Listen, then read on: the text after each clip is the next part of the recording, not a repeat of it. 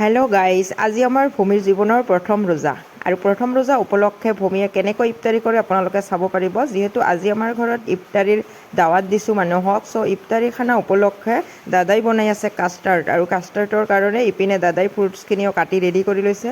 আৰু আমাৰ আলহী যিহেতু ৰোজা নাৰাখে, চ' আলহীয়ে চব বস্তুবিলাকে টেষ্ট কৰাত বিজি। ইপিনে মই এয়া ভাজি মাংস বুট চব বনাই আছোঁ চৌকাতে, যিহেতু গেছৰ দাম বহুত বেছি আৰু পইচা হ'লেও গেছ পাবলৈ টান।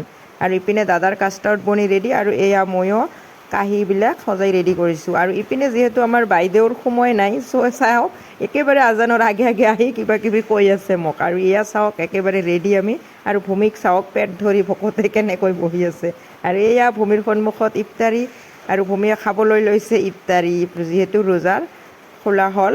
আৰু এয়া আমাৰ গোটেই বাচ্ছা পাৰ্টি একেলগে ভূমিৰ লগত বহিছে। তো আজিৰ ভিডিঅ' কেনে পালে আপোনালোকে কমেণ্টত জনাব।